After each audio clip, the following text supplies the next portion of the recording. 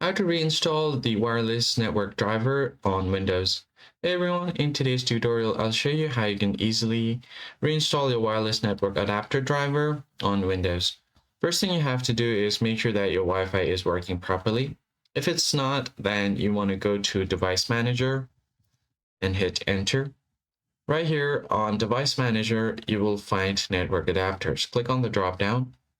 So this one right here is my wireless network adapter. Make sure you note this out or you write this somewhere, or the exact model. And then what you're going to have to do is make sure you have a USB stick available as well, because once you uninstall this driver, you won't be able to reinstall it again after restarting. But if it does reinstall after restart, you'll be fine.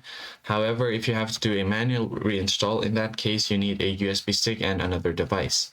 So what you basically do is click on uninstall device, click on uninstall, and after doing so, your Wi-Fi network adapter will be gone and your internet will not work. Now in this case, I'll just search for Qualcomm Atheros QCA9377 on my web browser. So let me just quickly do that. So here I've searched for this. I can just go ahead and open it up. And then from here, you can just type in driver installation. Hit enter. And then click on the first link that you see here.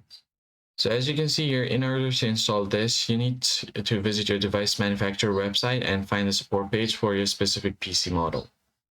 Now you can just go to your manufacturer and then you can just go to this and install the driver from there.